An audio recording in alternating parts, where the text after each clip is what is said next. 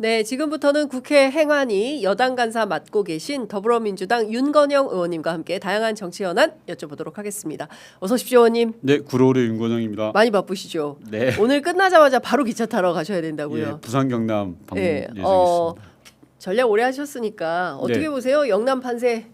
쉽지 않습니다. 빡빡합니다. 그래요? 네. 그래도 어제 발표된 그 KBS 여론조사를 보니까 김경수 후보가 상당히 어려울 거다라는 것을 뒤집고 네, 김경수 후보의 조금 높은 걸로 조사가 됐던데요. 맞습니다. 예. 근데 김경수 후보가 좀 긍정적인 건 네. 당선 가능성을 묻는 질문에 훨씬 격차가 커지거든요. 네. 이건 좀 뭐 승기를 잡았다라고 예. 볼 수가 있죠. 그런데 이제 제가 모두에 어렵다고 말씀드린 건 영남 선거는 한 방에 또 이게 뒤집어져요. 그래서 마지막까지 마음도 졸일 수는 없고요. 주요 다만 변수 뭐가 될까요?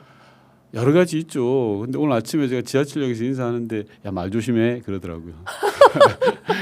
진짜 시민들이 그러니까 뭐 말 조심하는 것부터 시작해서 지금부터는 상황 관리거든요. 상황 관리를 제대로 꼼꼼하게 하는 사람이 이깁니다. 그런데 영남에서 김부겸 후보, 김경수 후보, 전재수 후보, 김상우 후보 등은 승기는 잡은 것 같아요. 잡았다 승기. 승기는 잡은 것 같은데 예. 이걸 유지시킬 수 있는 뒷심이 있냐? 관리 능력이 있냐? 요게 변수일 것 같아요. 관리 능력, 네. 뒷심 이게 중요하다. 뭐 쏙쏙 머리에 박히는 단어들을 말씀 주셨습니다. 의원님께서는 워낙 또 외교안보 전문가셔서 이것 좀 여쭤보도록 하겠습니다. 시진핑 주석이 트럼프를 만나고 이어서 푸틴을 만나고 다음 주에는 북한을 갑니다. 어떤 광폭 행보죠. 시진핑의 무대가 돼버렸습니다. 국제사회가 어떻게 예. 보십니까? 말 그대로 광폭 행보고요. 특히 시진핑하고 푸틴 대통령의 회담 내용이 저는 되게 의아하더라고요. 이례적이었어요. 왜냐하면 직전에 미중 정상회담이 있었잖아요. 그래서 잘 이렇게 관리를 했단 말입니다. 네. 쉽게 말하면 중동 전쟁에 대해서도 그렇고. 그런데 중로 정상회담에서 갑자기 이걸 또 뒤집어 버려요. 중동 전쟁에 대해 즉 이란 공격에 대해서 미국을 강하게 규탄합니다. 네. 그리고 한반도 이슈에 대해서도 북한 문제에 대해서도 규탄을 해요. 야, 시진핑 왜 이럴까 하는 생각 듭니다. 너무 잘 나가나요? 평소답지 않죠. 예. 중국의 국가 지도자들은 참거든요. 네. 그러다가 결정적인 순간에 짠 하고 나타나는데 지금의 시진핑 모습은 조금 예외적인 모습입니다. 반대로 트럼프가 너무나 못하기 때문에 오히려 국제사회에서 확실한 G2의 지위를 차지하겠다라는 의도가 있는 건 아닐까요? 그건 기본으로 깔고요. 예, 그러니까요. 어쨌든 지금 북한에 가서 주요하게 다룰 이야기는 뭐가 될까요? 뭐 북미 정상회담 이야기도 할 것 같다라는 전망도 있습니다. 긍정적인 해석과 부정적 해석이 있는데요. 네. 뭐부터 이야기해드릴까요? 긍정부터 해주십시오. 예, 일종의 그러면 한반도 이슈에 있어서 중재자 역할을 하지 않을까 중국이 네. 라고 보는 겁니다. 예. 즉 북미 회담에 있어서 대화로 나와라 예. 북한이 그리고 내가 또 도와줄게 라는 일종의 중재자 역할을 하는 건데 반대로 부정적인 분석도 있습니다. 이건 뭐냐고 하면 일종의 언론에서도 일부 보도되고 있던데 반미연대 반미연대. 미국을 둘러싸서 예. 중국과 러시아, 북한의 결속을 다지고 예. 려고 하는 방북이 아니냐라고 보는 겁니다. 저는 개인적으로는 중국이 중재자 역할을 하기 쉽지 않을 거다라고 봐요. 네. 왜냐하면 중국이 그렇게 해서 얻는 이익이 뭐가 있겠어요. 그러니까 중국이 시진핑이 북에 가서 하는 이유는 첫 번째는 한반도 이슈에 있어서 자신의 영향력들을 유지 강화하려는 겁니다. 네. 이 말은 그동안에 최근 한 2, 3년 동안 우크라이나 전쟁으로 인해서 북한이 러시아랑 굉장히 가까워졌어요. 네. 중국이 점점점 밀려나는 형국이죠. 이거 아닌데 라고 생각하는 게 하나가 있고 형식적으로는 작년에 김정은 위원장이 중국을 방문했죠. 답방 성격이 강한 거고 등등 동북아 질서 속에서의 중국을 영향력을 확대하려고 하는 움직임에서 가는 거지 한반도 문제를 잘 풀어줄게 라는 중재자 역할 쉽지 않을 거라고 봅니다. 그러니까 앞서 말씀 주신 대로 일종의 이제 반미연대 북중러 삼각동맹 아니냐. 그러면 또 우린 또 한미일 그래서 이제 두 가지가 대립하는 이제 과거 윤석열식 외교 모델을 네. 생각하게 되는데요. 그 최근에 다카이치 총리가 안동에 와서 회담을 했을 때 이재명 맞습니다. 대통령이 강조했던 게 한중일 협력입니다. 맞습니다. 이 한중일 사실 한중일 회의도 있지 않습니까? 네. 잘 돌아가진 않지만. 네. 셔틀 외교 1년에 한 번씩 돌아가면서 하는 거. 네. 근데 뭐 무슨 뭐 중요하게 뭘 변화가 있는 것 같지는 않아요. 네. 어떻게 보십니까, 의원님? 저는 이재명 대통령이 잘 던졌다고 봐요. 아. 다카이치 총리는 한미일 협력을 이야기를 하죠. 그리고 네, 일본의 속셈은 뻔하거든요. 재군사화입니다. 재군사화. 네. 즉 일본에서의 군국주의를 결국은 부활시키겠다라는 흐름으로 이어지고 있거든요. 네, 근데 회담에서 이재명 대통령이 그게 아니야. 중국과 일본, 한국 이 협력하면 훨씬 더 좋아라고 이야기한 건 조금 전에 말씀하셨던 한미일과 북중로의 블록 대결 구도를 깨자라는 거거든요. 네. 이 블록 대결 구도야말로 저는 한반도를 점점 위험에 빠뜨릴 수 있다고 봐요. 생각해 보세요. 한국과 미국, 일본이 편을 먹고 네, 중국과 러시아, 북한. 북한이 편을 먹고 싸우면 패싸움인데. 패싸움에서 손해 보는 거는 네. 싸우는 공간, 즉 한반도만 손해를 봐요. 네. 러시아나 중국, 미국과 일본은 별 손해가 없어요. 그렇기 때문에 그런 갈등 구도로 가지 말고 한국과 일본과 중국이 평화롭게 지내자라고 네. 던진 건 잘 던진 거라고 봐요. 다음 주에 이제 시진핑의 방북 이후에 이를테면은 뭐 북미 정상회담 또는 또 뭐 남북 정상회담 뭐 이런 방식으로 새로운 한반도의 관계가 열릴 수 있을 거라고 기대하십니까? 늘 좀 약간 보수적으로 네. 판단하셨습니다. 왜냐하면 지금 여전히 저는 보수적 판단입니다. 왜냐하면 중국과 북한이 움직일 여지가 많지 않아요. 아, 즉 계속 말씀드리지만 북한이 움직이려면 북한 핵을 인정해 달라라는 거거든요. 예. 그 인정을 미국이 못해요. 트럼프가 어떻게 합니까? 세계적으로 할 수도 없고 그걸 또 중국이 개런티할 수도 없어요. 네. 그렇기 때문에 북한이 대화로 나오는 데는 상당히 제한적인 환경입니다. 예. 다만 최근에 미중 정상회담의 실무회담을 대한민국에서 했어요. 네. 즉 트럼프 대통령이나 시진핑 모두 이재명 대통령에 대한 신뢰가 있는 거예요. 이런 상황이 있으니 네. 일각에서는 기대를 해보는 거죠. 예. 아 북한은 좀 대화로 견인하는데 예. 중국이 기여할 수 있지 않을까라는 기대. 그 기대 자체가 저는 나쁘지 않다고 생각합니다. 다만 현실이 될 거냐에 대해서는 저는 여전히 보수적이다라고 봅니다. 그렇군요. 그 북한에서 그러니까 우리는 끊임없이 통일백서를 통해서 평화적 두 국가론을 이야기하고 적대적 두 국가를 북한은 이야기했는데 헌법 개정을 하면서 적대적이라는 말은 또 빼버렸습니다. 그래서 북한도 모종의 남한하고를 좀 해보고 싶은 생각이 없지 않은 것 같다.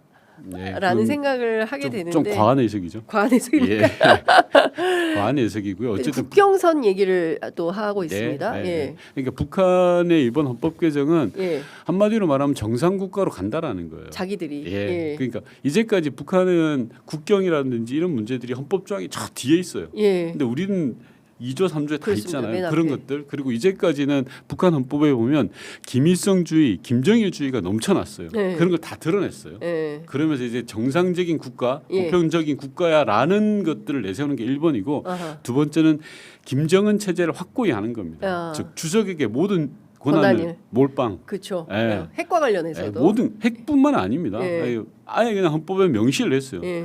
김정은 체제야라고. 그렇기 때문에 두 번째는 김정은 몰빵. 그럼 세 번째는 야 우리 스스로 살 거야 이제. 네.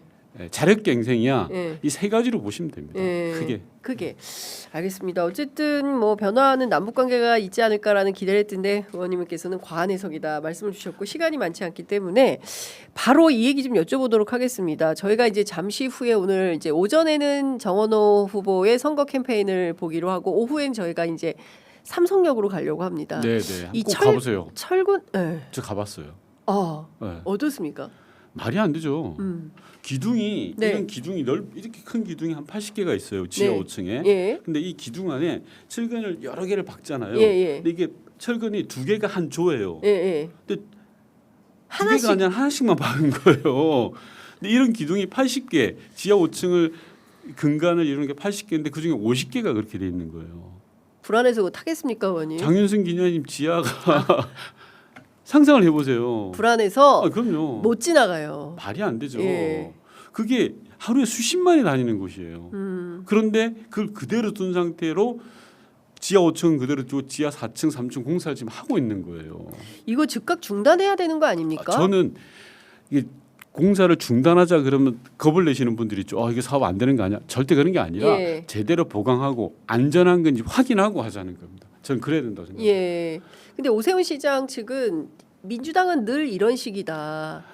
왜 이걸 늦추느냐. 오세훈 시장은 맞짱 토론을 제안했는데 이게 입으로 털 일입니까 이게?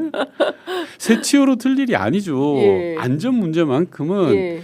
한 번, 두 번, 세 번, 10번은 재확인해야 되잖아요. 제가 예를 하나 들어볼게요. 기둥에 철근이 빠졌다 그랬잖아요 지금. 네. 근데 이걸 어떻게 보강할 거야? 서울시 계획을 받아봤더니 예. 기둥에다가 주변에 에폭시를 발라서 예. 일종의 접착제입니다. 예. 접착제를 발라서 철판으로 이렇게 보강을 하겠다는 거예요. 예. 그런데 만약에 시간 지나서 그 접착제가 본드 같은 건데요. 네. 떨어져서 철판이 떨어지면 어떡합니까? 예를 들어서 화재가 나서 예. 접착제 같은 거 화재에 잘 녹잖아요. 철판이 떨어져 나가면 어떡합니까? 보강하면 아무런 문제가 없기 때문에 공사를 강행해야 된다는 게 오세훈 시장의 아니, 입장. 그러니 예. 그런 부분에 대해서 믿을 만한 제3의 기관에 맡겨서 확인해 보자. 일단. 그리고 그 공법이 맞냐? 어, 하중을 견딜 수 있냐? 있냐. 그러고 나서 하는 게 맞죠. 그렇죠. 근데 지금 서울시는 네. 우리가 분석해 봤어. 문제 없어. 현대건설 말이야라고 하는데 현대건설이 사고 친 거잖아요. 거기를 어떻게 믿습니까? 철근 2,700개를 날려 있는 것도 두눈 뻔히 보고도 지금 사고 친 사람들 말을 어떻게 믿어요? 근데 의원님 저는 상상이 안 되는 게 이게 우리 전형적인 후진국형 철근 빼먹기 네, 네, 공사 네. 아닙니까? 부실시공 이런 예. 건데요. 이거 옛날에 정말 그 쌍팔년도에 80년대에나 나오던 것을 현대건설식이나 되는 회사가 왜 이런 식으로 했을까요? 시스템이 무너졌어요. 시스템이 완전히. 현대건설에? 예. 아. 시스템 안전 관리 시스템이 무너졌어요. 이게 어떻게 진행이 되냐면 예. 현대건설이 하청을 줘서요. 예. 업체가 네. 실제로 가서 자 도면을 보고 점이 2개 있으면 두 이렇게 개. 철근 딴다. 2개를 놓고 예. 그걸 철근 2개를 딱 결속시킨 걸 감리업체가 와서 봐야 돼요. 확인해야죠. 확인하고 오케이. 예. 그런 다음에 콘크리트 타설을 하는 건데 그렇죠. 이 세 번의 과정에서 누구도 예, 확인을 안 했어요. 철근 2개를 확인을 안 한 거예요. 자 그리고 더 책임하기 심각한 문제는 짝이 없네. 예. 철근을 2개 박을 거 하나를 박았으니 2,700개라는 철근이 남아 있을 거 아니에요. 네. 또 확인을 해야 예. 될 수밖에 없잖아요. 그렇죠. 우리 물량을 이만큼 남았는데 이게 예. 왜 이런 거야? 예. 그것도 확인이 안 됐어요. 큰일이네. 아니, 그러니까 안전 시스템 자체가 무너져 버린 거예요. 그래서 예. 민주당에서 야 이거는 그냥 심각한 문제야. 예. 혹시 또 다른 문제가 있을 수 있어. 예. 일단 스톱. 예. 그런 다음에 안전을 확보한 다음에 하자라는 네. 거잖아요. 그렇죠. 그런데 이제 또 그 지역을 오가는 이제 교통을 이용하는 시민들은 하루속히 개통을 원하고 사실은 다음 달 개통 예정이었습니다. 맞아요, 맞아요. 그러면 이제 또 이게 무기한 늘어지는 거 아니냐? 그렇지 않습니다. 무기한 아. 늘어질 일도 아니고요. 예. 신속하게 한다면 2-3달 안에 할 수 있는 거고 음흠. 아마 그런 것 때문에 서울시가 은폐한 거예요. 아. 왜냐하면요, 이게 다음 달 개통인데 네. 이게 늦춰지면 예. 일종의 지체 보상금 같은 걸 지불을 해야 돼요. 수백억 정도를. 서울시가 예, 네. 서울시가 하고 이제 현대건설, 현대건설 쪽에. 쪽에. 예. 그러니 예. 야 이거 야 은폐 어. 이 추론입니다. 완전 예. 넷비셜인데 안 그러면 이건 말이 안 설명이 안 되잖아요. 된다. 설명이 안 돼. 제가 서울시 부시장 출신 여럿한테 물어봤어요. 이런 사안에 대해서 서울시장한테 보고가 안 되냐라고 네. 물어봤더니 말도 안 되는 소리 하지 마세요, 의원님. 이걸 어떻게 보고를 안 합니까? 네. 부시장은 물론 서울시장한테 당연히 보고되는 사항입니다라고 했는데 네. 지금 계속 은폐하고 보고 안 됐다라고 하는 이유가 예. 그런 것 때문에 그래요. 이재명 대통령이 어제 이 철근 누락 사태와 관련해서 집중적으로 그 철저하게 점검을 해라. 그랬더니 이제 오세훈 시장이 이걸 가지고 관건 선거라고 주장을 합니다. 아니, 그분은 요즘 선거 너무 못해요.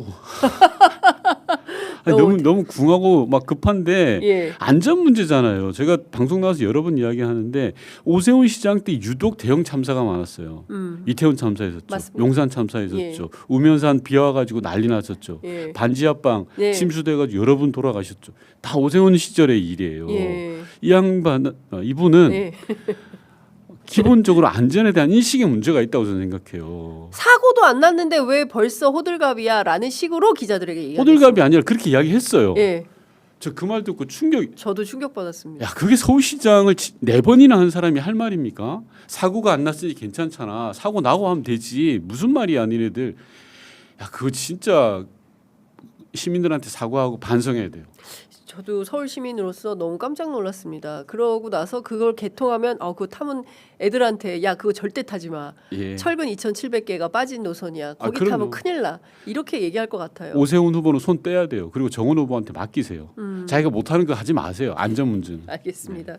자 그리고 스타벅스 때문에 난리도 아닙니다. 이 파문이 계속 가고 있고 어제 그 윤호중 행안부 장관은 정부에서 그 절대로 스타벅스 커피 그리고 또 광주의 강기정 시장도 같은 맥락의 입장을 밝혔습니다. 이재명 대통령도 나섰습니다. 다른 거 다 떠나서 국가폭력과 관련된 그 사실상 범죄 행위에 대해서는 이거는 끝까지 추적해서 엄벌해야 된다라는 입장인데요. 어떻게 생각하십니까? 맞습니다. 엄벌이 필요한 거고요. 네. 저는 정영진 회장에서 비롯된 거 아닙니까? 사람들이 이렇게 대놓고 말은 못하지만 정영진 회장이 그동안 해왔던 행태들이 켜켜이 쌓여서 오늘의 일이 나타난 거잖아요. 네. 멸공이라든지 네. 그동안에 해왔던 행태들 그리고 그런 문화들 기업 문화가 오늘의 스타벅스를 만들었다고 생각해요. 즉 일베들이 정영진은 거의 추앙한다는 거 아닙니까? 그렇죠? 예. 그러고 나서 난 저 회사에 가서 일할래 예. 들어왔겠죠. 그리고 극우의 성지가 됐어요. 그럼요. 스벅이. 스벅이 그러면서 야, 정영진은 더욱더 그게 기세를 받아서 네. 기업 문화를 만들어 나가고 그런 상황에서 일베들이 만든 일이 이번 일 아닙니까?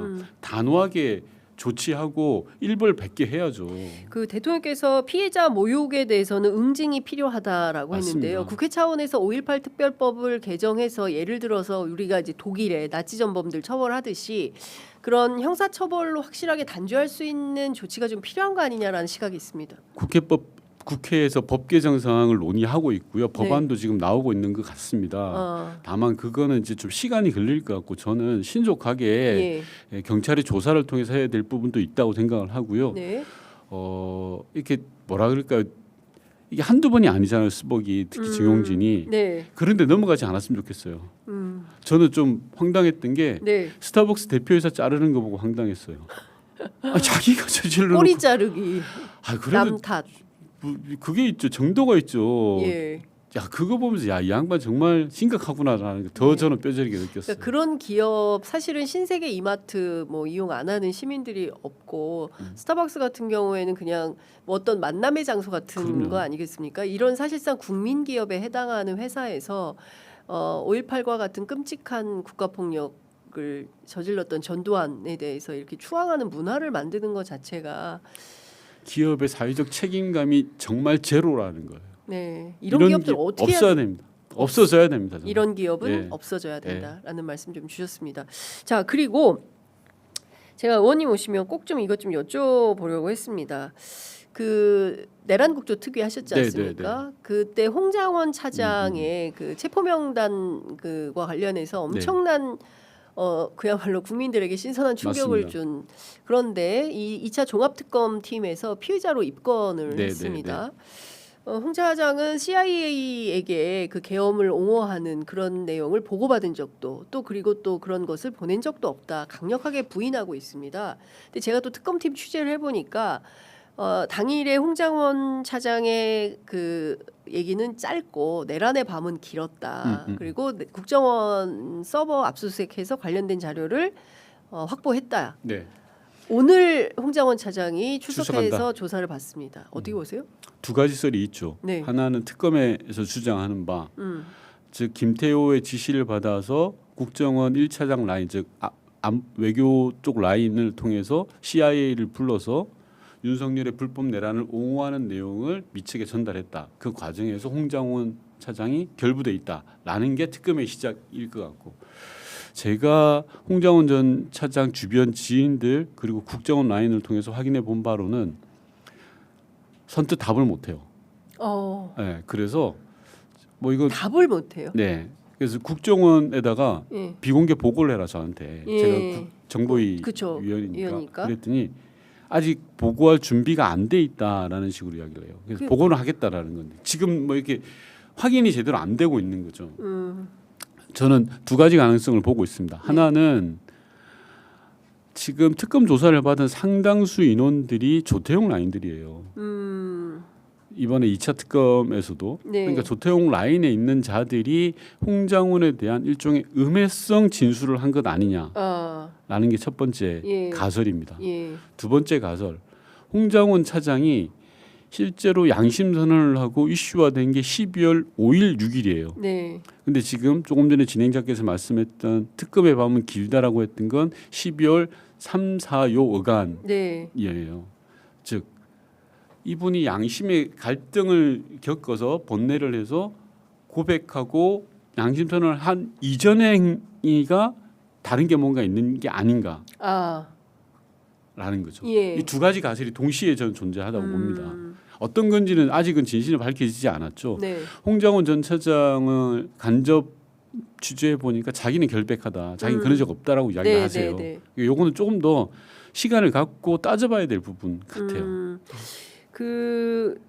뭐 실제로 홍장원 차장이 본인이 이제 고백한 측면도 있다. 그러니까 이를테면은 그때는 대통령이 윤석열이었고 네. 국정원의 1차장을 맡고 있었기 때문에 직접적으로 그 체포 명단에 대해서 발표하기 직전까지는 정부에 배속된 인원으로서 역할을 그거는 할 이미 수밖에- 나왔어요. 예, 이미 홍장훈 전 보도로도 차장이 다 나오고. 뭐 보도도 하고 자기 예. 입으로도 이야기했어요. 예. 자기는 윤석열을 되게 존경했고 그렇죠. 좋아했습니다. 좋아했다, 예. 잘 되길 바란다라고 그렇죠. 했고 김태호하고도 문자 보낸 것도 있었어요. 예. 그것도 이미 다 나왔어요. 그렇습니다. 근데 이제 그 수위를 넘어서서 뭔가가 있나? 실제로 김태호의 오다를 받아서 예. 김태호가 준 내용을 CIA 쪽에다 넘기는데 복무를 했냐 예. 이게 그럼 그게 내란에 가담을 한 거냐? 그렇죠, 가담을 예. 한 거잖아요. 예. 그 선상에 있는 것 같아요. 예. 근데 그거는 아, 좀 전에 말씀드린 것처럼 예. 특검의 수사를 확인할 수 특검의 있다. 수사와 예. 좀 더 취재를 저도 해봐야 될 것 같아요. 아. 국정원도 정리를 해야죠, 이런 부분들은. 예, 국정원도. 예. 예. 그래서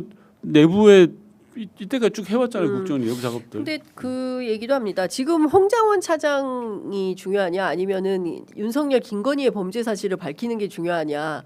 특검의 수사가 왜 홍장원으로 쏠리냐. 지금은 김건희, 윤석열. 특히 이제 뭐 그 김건희와 관련된 특히 이제 이 내란의 기획자가 누구냐 이런 걸 좀 밝혀야 되는데 왜 본질을 못 찾냐 이런 비판도 좀 있는 것 같아요. 너무 당연하고요. 네. 지금 제가 뭐 여기 방송에 몇 번 나와서 말씀드렸는데 예. 1차 특검 때부터 계속 조금 전 문제 제기를 했는데 본질을 짚어야죠. 예. 그리고 국정원 사안만 하더라도요. 네. 조태용 보세요. 조태용 원장 지금 1년 6개월 받았나요? 말이 안 되지 않습니까? 그렇습니다. 이 이자가 그 국무회의 멤버가 아니에요. 예. 국정원장은 참석 대상도 아닌데 용산에서 불러서 국무회의 내란 국무회의에 가잖아요. 예. 사전에 분명히 인지했단 말입니다. 불법 내란을. 네. 그럼 국회에 보고해야죠. 근데 그게 제가 안 된다라고 이야기를 했어요. 전 재판부가 풍문으로 들었을 것 같다라고 이야기를 했더라고요. 네. 아니 그런 걸 어떻게 풍문으로 듣습니까? 정말 전 이번 판결 유감이고 네. 특검 수사도 좀 아유 이제 뭐 고생하시는 분들한테 그렇긴 합니다만 어쨌든 특검이 조금 더 강도 높은 수사를 해줘야 된다라는 국민적 요구를 받고 있다. 네. 뭐 특검에서는 어제 약간 발표문 같은 거를 통해서 기자들한테 특검에 대해서 부정적 시각을 갖고 있는 일부의 시각이 존재하는 것 같은데 그러지 말라라고 당부는 하지만 여전히 이제 국민들 사이에서는 이제 이런 시각이 존재한다라는 말씀을 좀 드리겠습니다. 10시 4분인데요. 이제는 기차를 타셔야 되는데 요것만 여쭤보도록 하겠습니다. 그 벤그비르 이스라엘 안보장관이 우리 국민들을 포함해서 전 세계의 428명의 평화활동가를 억류했다가 이제 풀어준 이재명 대통령 그 사례 보셨을 텐데요. 이재명 대통령이 잘하신 겁니다. 외교부 어떻게 보세요? 많은 분들이 외교부를 책망하시던데 그분들의 처한 상황과 그분들의 몸의 익숙함에서는 그렇게 말할 수밖에 없죠. 이런 겁니다. 동굴 밖을 나가보지 않은 사람은 동굴 밖에 무슨 세상이 있는지 잘 몰라요. 우리 외교부가 동굴 안에 갇혀 있습니까? 그런 경향이 크죠. 예. 외교적 프로토콜, 외교적 예. 은사에 갇혀 있죠. 예. 그런 걸 깨야 되죠. 전 이재명 대통령이 잘 깼다고 생각합니다. 네. 근데 계속 동굴 안에서만 생활하시던 분한테 야 너 바깥 세상이 얼마나 밝은지 이야기해본도 잘 몰라요. 자, 어떻게 해야 되냐? 예. 동굴 밖으로 끄집어내야죠. 예. 그래서 밝은 세상, 예. 야, 대한민국의 주권 그리고 대한민국의 국력 그리고 대한민국 외교는 이런 거야라는 걸 보여줘야 됩니다. 네. 그분들 책망해봐야 잘 안 들어요. 맨날 동굴 앞만 봤는데 그게 뭐 바깥 세상이 그러니까 보입니까? 그날 국무회의에서 보면 평생 외교관으로 지냈던 위성락 안보실장이 따로 보고드리겠다. 예. 그 자리에서 발언하기를 예, 이제 예, 계속 예, 회피하는 예, 장면 그리고 2차관의 표정이 모든 걸 다 이야기해준다라는 네. 생각이 그러니까 좀 그분들 들었어요. 책망하지 말자고요. 저는 이재명 대통령이 잘 지적하셨고 동굴 밖으로 끄집어내고 네. 있다고 봅니다. 알겠습니다. 앞으로 어떤 변화가 대한민국 외교에 어떤 변화가 있을지 지켜보도록 하겠습니다. 오늘 의원님 말씀 잘 들었습니다. 그리고 앞서 말씀드린 대로 저희 취재 편의점은 오늘부터 오후에 방송 끝나자마자 바로 현장으로 달려가겠습니다.